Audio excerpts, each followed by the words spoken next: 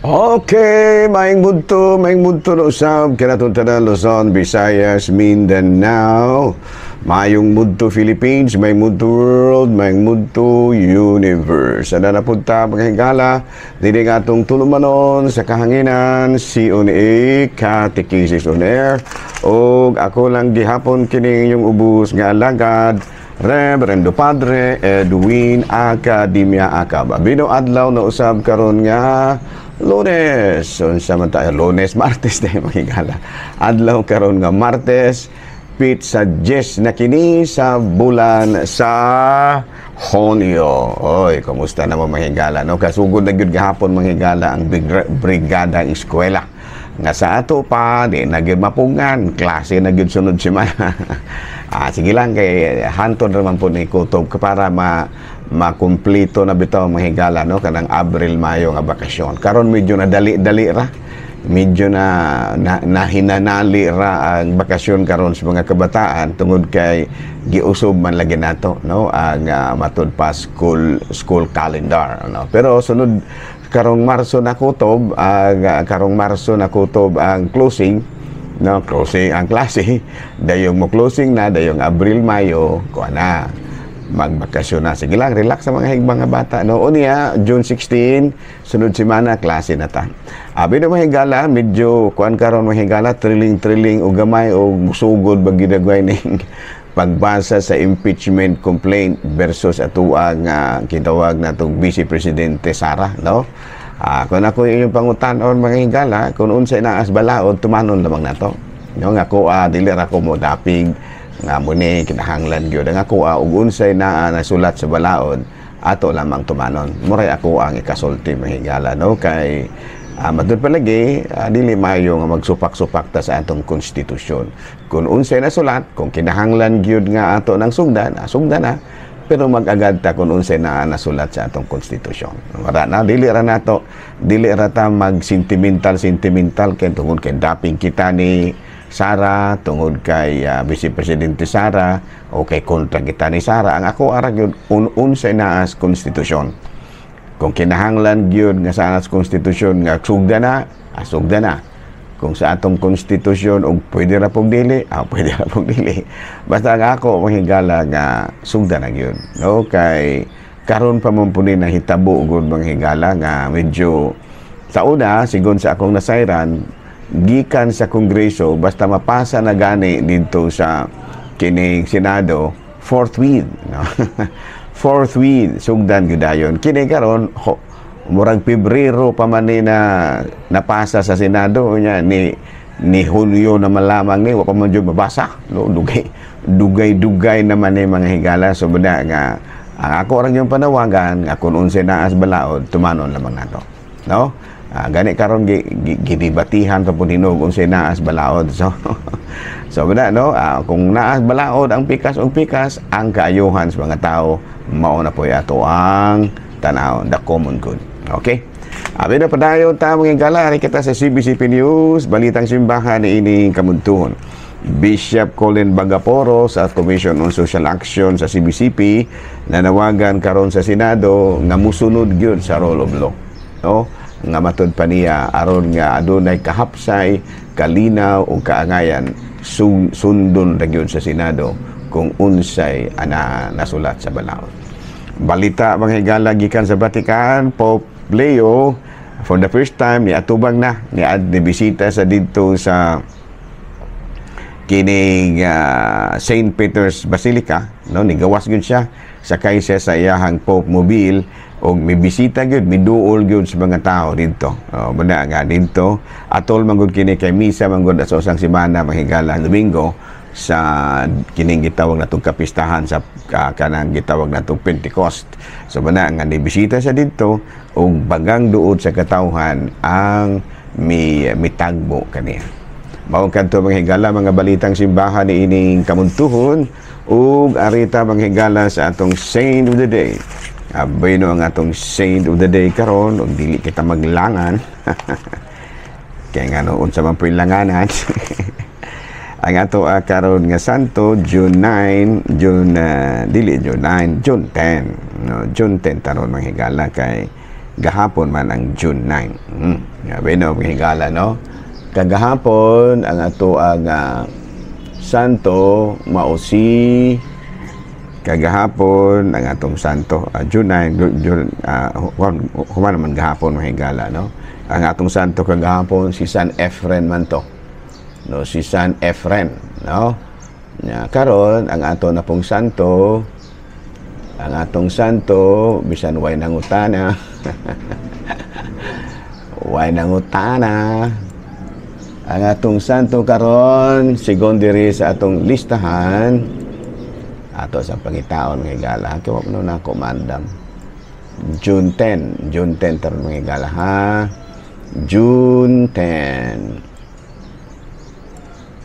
Ang ato karon nga santo,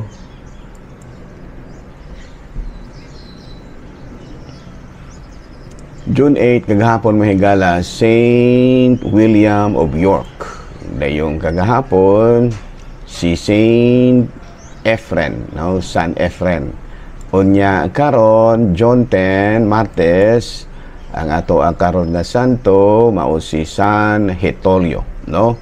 Saint Hitolius, no? Kini si Saint Hitolius mga higala, usa kini siya kamartir, no? Panahon ni Emperador Amaribos, Amantos. Niya kauban kuan siya asawa ni siya, abana ni siya ni Santa Semporusa. Niya officer in the Roman army, he resigned when he became a Christian and return to his estate. No, kuan si kini kuan mahigala kini si San Hitolio, kuan siya kanang Romanhon. O niya opisyal pagyud kini, no? Opisyal pagyud kini sa Romanhon nga kasundaluhan. Pero sa diha nga nahimo na siyang Kristiyanos, ni-resign siya sa iyahang pwesto isip usa ka Roman soldier ug nibalik sa iyahang matun pa nibalik siya sa iyahang kining lugar aron magbaol na lang, pero gikasuko kini pag-ayo sa mga Romanong sundalo ug busa gidakop kini siya kauban sa iyahang igsuon nga si Amancio ug ang iyahang mga kaubanan nga sila si Primitivo. Unya kini si San Hitolio mga higala gi-tortured kini, gipasakit kinig mayo o gani gihunusan gyud sa kinabuhi. So karong adlaw mga higala, gihinumduman nato ang lain na pong martir sa Katolikong simbahan nga mao si Saint Hitolius or San Hitolio. No, usa kini ka opisyal sa Romanhong kasundaluhan, pero sa diha nga na-converted siya sa Christianity, ni resign, no, ni pauli sa iyahang matud pa iyahang kabtangan sa iyahang estate, no, o niya nagbaol na lamang unta apan ang gihimo niya gikasuko pag-ayo sa ubang mga opisyal ug busa gidakop siya ug gitorture hangtod nga namatay kauban ang iyahang mga igsuon nga si Amancio ug Supromencio. So mao kadto mga higala ang ato ang balitang ang ato ang saint of the day karon si San Hitolio. Abino ari kita mga higala sa ato ang kining katikisem. Abino ang katikisem nato mga higala sigon diri sa ato ang listahan. Sigon diri sa ato ang nasayran, ang ato karong isgot-isgutan mga higala kabahin kini sa santos nga rosaryo. Ting rosaryo mo mga higala? Rosaryo mo kay kining santo rosaryo matud pa ni San Pio, Pope Pius XI. The rosary is a powerful weapon to put the demons to flight and to keep oneself from sin. If you desire peace in your hearts, in your homes, and in your country, assemble each evening to recite the Rosary. Let not even day pass without saying it, no matter how burdened you may be with many cares and labors. Ayan, no? Sa tupa, matud pa ni Pope Pius X, ang rosaryo usag ka matud pa gamhanan nga armas nga maoy mag-abog sa mga demonyo ug maglikay kanato sa pagpakasala. Matod pa niya, kung imo gani nga tinguhaon nga aduna kay kung tagtinguha ka, matod pa no, ug kalinaw sa kasing-kasing, kalinaw sa hunahuna, o kalinaw sa imong nasod, magrosaryo gyud kamo kada adlaw, mag-assemble kamo kada gabi na, no, o kadlawon ba. Unya ayaw gyud himua, ayaw gyud sipyata, no, matod pa ni Father Ram, no, ayaw gyud sipyata matag adlaw nga magampo gyud kita sa santos nga rosaryo, no, bisan pa kung unsa naman lamang gyud ka busy ang kining gitawag natong atong kinabuhi. Matod pa, the Holy Rosary has its roots in ancient traditions of using objects like rocks and pebbles to count prayers dating back before Christ. No? Sa ito pa kinidi ay pag-ampo mga higala nga murag adunay mga objects nga gamiton ba nga murag imo bang ilhanan, dugay na kay kining mao nga pamaagiha. O niya, nasulat gyud nga sinugdanan sa opisyal nga santos nga rosaryo, gi-attributed kini ni Santo Domingo ni antong 12th century. O niya, specifically in 1206, year 1206, during his fight with the Albigensian heresy. No? Kaya doon naman guno siya mga kaaway po mga higala, no? Kini bang mga heresiya ba nga si Kristo dili Dios, ingon ni ana, si Kristo tao lamang, si Kristo daghan man kay mga heresiya nga ingon ni ana. Usa na ni ini king Albigensian heresy. Ang sa maning Albigensian heresy mga higala, no? Kining Albigensian heresy susama po ni sa Arianism, no, nga dili pud mutuo kang Kristo nga Dios, no? Matud pa diri Albigensian. Okay, no? Ato sa pangitaon mga higala ha, Albigensian heresy. Bueno, kining Albigensian heresy mga higala, also known as Catharism, was a prominent religious movement in medieval Europe, particularly in southern France. It challenged the established doctrines of the Catholic Church, viewing the physical world as evil and rejecting the incarnation, among other beliefs. No? Sa ito pa, dili gid sila mutuo lagi, no, nga ang Diyos nagpakatao. This led to the Albigensian Crusade, a military campaign by the Catholic Church to suppress the heresy. Yan, no? Sa ito pa, kining Albigensian heresy, matod palagi nila, ang kalibutan, dili gini iya sa Dios. Iya gini siya sa iya kini sa yawa. Ug matod pa niya, di gyud mahitabo nga ang Dios magpakatao. Muni tungod lagi kay ang kalibutan kuno kuan man kanang gitawag nato og makasasala, no? Muna nga di gyud mahitabo nga si Kristo magpakatao sa usa ka kalibutang makasasala. Muna siya Albigensian heresy ug mao kini ang gipakigbatukan ni Santo Domingo. O yan, no? Kay kini si Santo Domingo mao man kini ang matud pa original gyud nga nag-promote ni ining Santos nga Rosario. Kay kini gud si Santo Domingo nanikamot lagi siya, no? Nga bigyan yung mapakigbatukan kining Albigensian heresy. Kani Albigensian heresy nagtudlo kini nga ang kalibutan makasasala. Og di gyud mahitabo matud pa ni sa Albigensian heresy nga ang Ginoo magpakatao sa yawan-on nga kalibutan. Muna nga ni gipakigbatukan gyud ni, no, ni Santo Domingo ug gani hasta ang panulay nagsigig samok-samok kaniya sa iyahang pagtuon.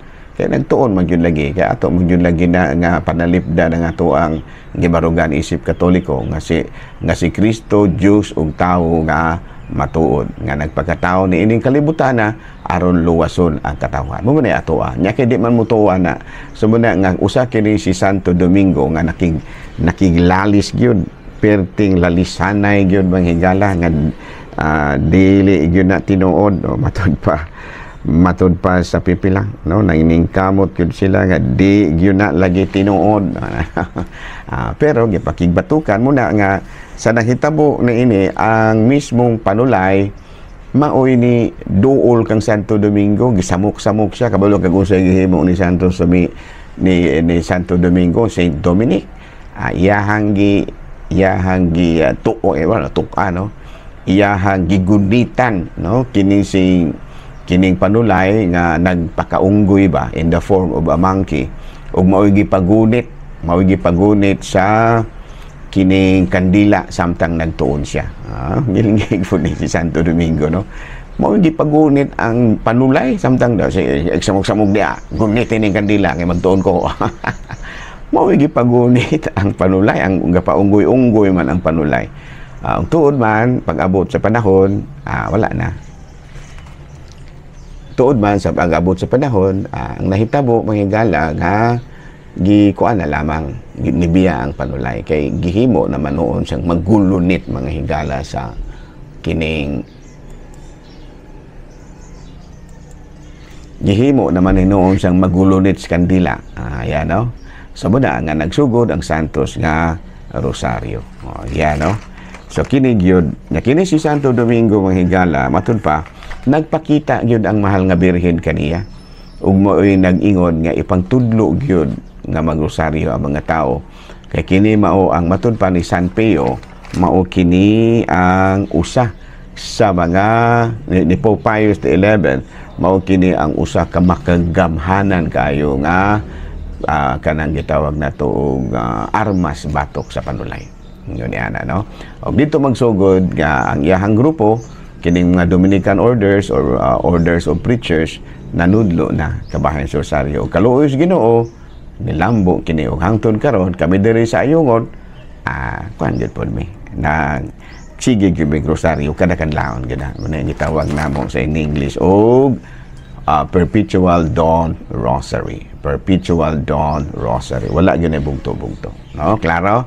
Bino din na lang kung nakita kutob ha. Kulang gihapon kini yung ubos nga alagad Reverendo Father Edwin W.A. Manamilit na usab kaninyo o manalangin ka nato ang Diyos nga magkaagahong sadan, Amahan, Anak, Espiritu Santo.